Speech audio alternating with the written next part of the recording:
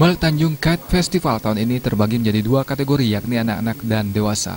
Untuk kategori anak-anak dilombakan layang-layang jenis bebean, pecukan, dan jangan dengan ukuran 1 hingga 2,5 meter. Pada kategori dewasa dilombakan layang-layang dengan jenis yang sama namun ukuran minimal 3,5 meter. Untuk layang-layang jenis jangan, buntut, dan bebean kasanur, panitia tidak membatasi ukuran. Ketua Panitia Wayan Mariano Wandire menuturkan, penyelenggaraan lomba layang-layang bertujuan memberi wadah positif terhadap tingginya respon masyarakat penghobi layang-layang dalam upaya melestarikan tradisi syarat pesan-pesan moral.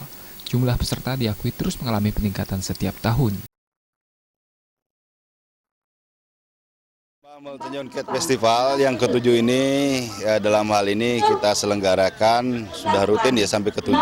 Sudah barang tentu ini sebagai bentuk respon daripada masyarakat pelayang atau pecinta layang-layang, yang mana dalam hal ini juga peserta yang ikut dari tahun ke tahun meningkat. Untuk kali ini cukup signifikan. Ya, kalau kemarin di 2014 kita hanya mendapatkan peserta 1.200, sekarang sampai 1.600. Sudah barang tentu ini sebagai bentuk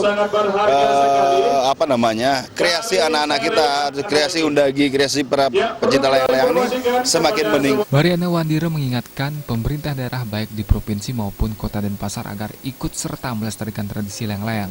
Kepedulian tersebut bisa diwujudkan dengan memberi ruang atau mempertahankan area-area yang selama ini representatif untuk menerbangkan layang-layang dari ancaman alih fungsi lahan.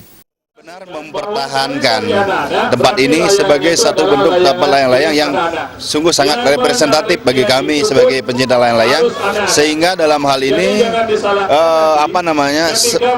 para undagi, para pencinta, para peserta mempunyai area yang memadai untuk melaksanakan atau menumpahkan kreasi yang ada pada dirinya sendiri sebagai undagi layang-layang, sebagai pencinta layang.